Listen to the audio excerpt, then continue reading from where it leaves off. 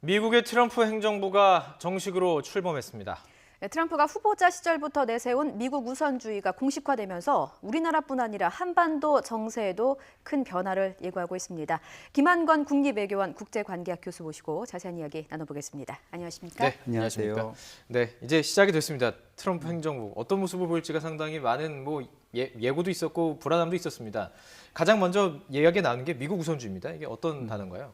예, 미국 우선주의를 먼저 이해하려면 그동안 공화당 계열의 핵심 전략가였던 이미 유명한 키신저 전 미국 국무장관이나 미국 외교협회 회장인 리처드 하스 등이 제기했던 문제들을 이해할 필요가 있을 것 같습니다. 네. 예. 기존의 오바마 대통령이 만들어왔던 국제 질서가 이들은 두 가지의 큰 문제점이 있다고 생각합니다. 첫째는 미국이 퇴조하고 많은 출혈을 하고 주변 강대국들이 미국에 도전하는 힘을 기를 수 있다라는 체계라서 불만이었고요. 두 번째는 이러한 미국의 출혈과 희생에도 불구하고 그렇다고 국제사회에 안정과 평화가 왔느냐, 그렇지 않다라고 보고 있습니다. 유럽에서는 러시아의 우크라이나 침공을 막지 못했고요. 중동에서는 IS 그리고 이슬람의 급진 세력들의 발호로 중동이 더 혼란스러워졌고, 아시아에서는 중국이 미국의 질서와 규범에 도전하고 있고, 북한 핵 문제도 여전히 문제라고 합니다. 그래서 이런 생각들과 트럼프 대통령의 정책 기조가 합쳐져서 우선 미국은 미국 중심으로 국내 문제를 해결하고 힘을 기르고 강력한 리더십을 발휘해야 이런 위기를 돌파할 수 있다는 것이 미국 우선주의의 핵심이다라고 볼 수 있겠습니다. 먼저 미국이다 이런 얘기군요. 그렇습니다. 예, 트럼프가 취임 연설에서 아메리칸 퍼스트를 말하기도 했는데 이것이 과연 우리나라에는 어떤 영향을 미칠까가 사실 제일 궁금하거든요. 어떻게 보십니까? 현재 미국 우선주의를 하게 되면 경제 문제에서 우리가 많은 의문점을 표하고 있습니다. 우리에게 위협이 될 수 있는 존재도 있기 때문인데요. 취임식 이후에 그 백악관 홈페이지에 국정기조 나왔을 때 바로 TPP 환태평양 경제 동반자 협정과 나프타 북미 그 자유무역 협정에 관한 탈퇴를 눈앞에 두고 있다는 것으로 알려졌습니다. 만약 이런 TPP와 나프타에서 탈퇴를 하게 되면 한국과 일본, 중국이 가장 큰 피해를 받게 됩니다. 그 이유는 일단 미중 사이에 무역 전쟁이 일어나면 동북아에서 나타나는 그 산업의 분업화 현상, 즉 한국이 중간재를 중국에 수출하고 중국이 완제품을 미국 시장에 수출하는데요. 미국 시장의 중국 무역량이 떨어지면서 한국의 중간재 수출도 타격을 받게 되고요. 또 한국, 일본이 나프타 협약에 따라서 멕시코에 많이 진출해 있습니다. 한국도 기아차, 현대제철, 포스코가 진출해 있는데요. 만약 나프타에서 미국이 탈퇴하면 이런 한국에 진출한 기업들이 어려움을 겪게 됩니다. 이러한 점에서 경제적인 위협 요소가 있다라고 보입니다. 경제적인 위협. 일단 미국이 우리나라와 동북아에 끼친 영향이 워낙 크기 때문에 경제적인 문제도 물론 있지만 안보의 문제도 분명히 있습니다. 이 부분은 북한 또 중국 여러 가지 아주 복잡한 미묘를 얽혀 있는데요. 쉽게 설명해 줄 수는 없겠지만 안보에도 끼치는 영향 한번 정리를 해주시죠. 우선은 미중 간의 전략적 경쟁 구도가 격화된다면 한국은 미중의 첨예한 국익 사이에서 한국의 입장이나 국익이 소멸되는 현상이 나타날 수 있습니다. 눈앞에 바로 닥친 문제도 사드 배치 문제라든가 또는 한미동맹에서 방위비 분담금 문제가 눈앞에 닥친 현안으로 나타나고 있습니다. 한국의 입장에서는 무엇보다도 미중의 갈등이 고조된다면은 한국의 뚜렷한 국가 목표와 입장 그리고 이에 대한 국민들의 합의와 힘을 모아서 이런 미중 간의 갈등 구조의 경랑을 헤쳐나갈 그런 지혜가 필요한 시기입니다. 특히 미중 사이에 단기적인 갈등 고조가 예상되고 있습니다. 그 이유는 미중 갈등.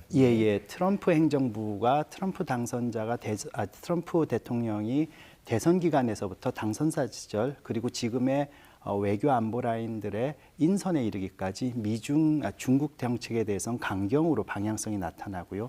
중국 입장에서도 19차 당대회, 즉 5년의 새로운 지도자를 뽑는 19차 당대회가 올 가을에 있는데요.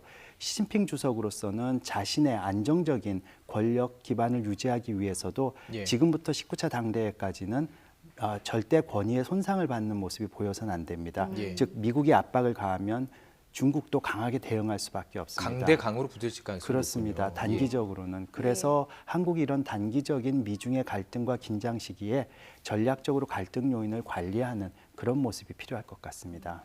그런데 지금 말씀하신 거 보면 어떻게 보면 고래 사이에 낀 저희가 새우가 아닐까 싶기도 한데 예, 예. 그 구도를 보면요. 그런데 지금은 뭐 사드 문제도 비롯해서 여러 가지 문제로 중국의 압박이 상당히 심한 상황 아니겠습니까? 이 상황에서 우리나라와 중국과의 관계를 어떻게 설정해야 될지도 초미의 관심인데 어떻게 보십니까? 예. 올해 2017년은 한중 수교 25주년에 예. 기념적인 의미를 가질 수 있는 연도이기 때문에 그런 의미를 강조하면서 지금 한중 관계에 나타날 수 있는 갈등 요인들을 계속해서 관리하고 가능하다면은 제한적인 손상이 오게 우리가 노력하는 모습이 필요할 것 같습니다. 제한적인 손상이라는 말씀이 구체적으로 어떤 부분입니까? 손상을 피할 수는 없군요. 예, 손상을 피하기는 어렵다고 봅니다. 왜냐하면 한국은 예를 들어서 사드 배치 문제는 예. 이미 배치하고 설치한 기간을 공표를 했기 때문에 예. 한국의 입장이 여기서 만약에 되돌려지게 되면은 단기적으로는 한중 관계가 좋아질 수 있지만 장기적으로 보면 한국 정책의 연속성이나 신뢰성에 의문을 가질 것이고요.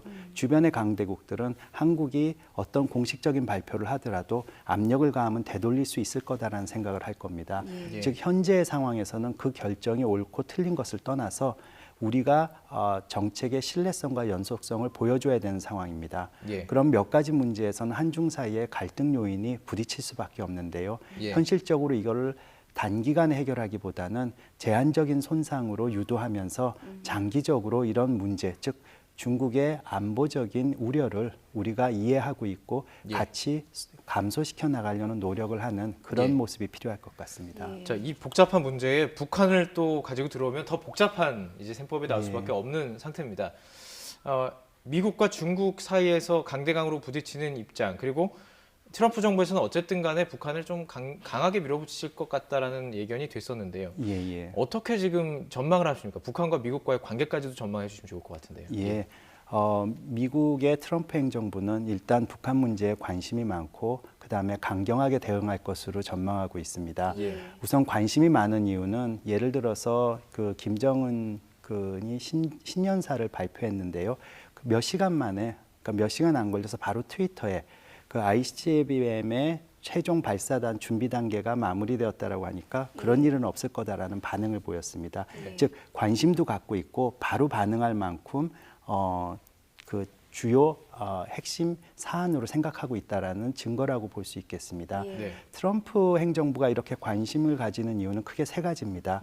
첫째는 북한이 핵과 장거리 미사일이 실질적으로 미국의 본토를 공격할 수 있는 위협 요인이다라고 생각하는 것 첫째고요. 예. 두 번째는 북한의 핵 문제를 강조함으로써 중국을 압박하고 세컨더리 보이콧 등으로 중국 기업을 견제함으로써 예. 중국을 견제하는 그런 모습을 보일 수가 있습니다. 예. 마지막 세 번째로는 북한의 핵 위협과 미사일 위협을 강조함으로써 한미 동맹, 그다음에 미일 동맹의 중요성을 강조하고 또 지역의 안보 협력을 강화시켜 나감으로써 미국의 군사 안보적 영향력을 지역에서 확대하는 여러 가지 이점이 있기 때문에 예. 강경하고 또 계속해서 강조할 모습이 나타날 것으로 생각됩니다. 근데 지금 북한과 미국과의 관계를 보면은 미국 트럼프 행정부도 사실상 굉장히 그 안보 강경파 라인이 포진해 있는 상황이고요.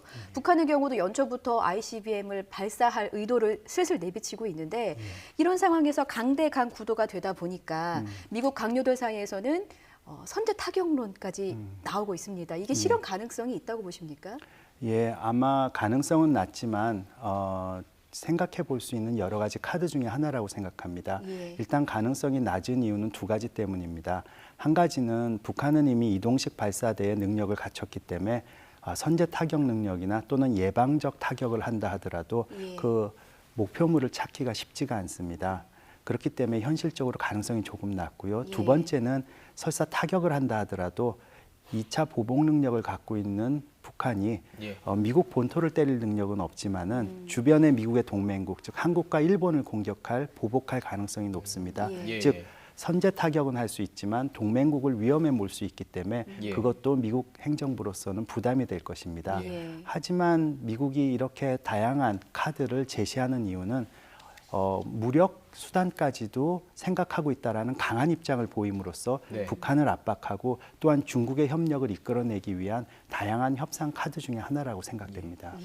트럼프 정부가 이제 들어서면서 중국과의 관계 그리고 북한을 강대강으로 나가는 상황 속에서 여러 가지 북한을 자극할 수 있는 요소들이 많습니다. 그 안에 우리나라가 있는 거고요. 뭐 어려운 질문이 되겠지만 그럼 우리는 어떻게 해야 됩니까? 뭐 어떻게 대응을 해나가야 이걸 잘 할 수 있다고 볼까요? 예, 예. 지금 만약에 앞서 말씀드린 대로 트럼프 행정부와 그동안 오바마 행정부의 국제 질서 체계에 불만을 가졌던 여러 공화당계 핵심 전략가들이 예. 정말 국제 질서의 변화를 이끌어낸다면 동북아 정세는 물론이고 국제 정세는 정말 불확실해지고 불안정성이 나타날 수 있습니다. 예. 이럴 때일수록 한국은 국내적으로 국론이 분열되는 것이 아니라 국론을 모아서 한국의 국가 목표와 국가 이익을 명확히 할 필요성이 있습니다. 예. 예를 들어서 한국의 입장이 명확하지가 않으면 강대국들은 이런 불안정한 시대에 자신들의 이익을 위해서 한국에 압박을 가할 겁니다. 왜냐하면 한국에 쉽게 흔들 수 있다라는 생각이나 한국의 입장이 명확치 않기 때문에 빨리 압박을 가해서 자기들 쪽으로 끌어들이려는, 즉 한국의 분명한 국가 목표와 입장이 국론을 통해서 모아져서 예, 확립되지 않는다면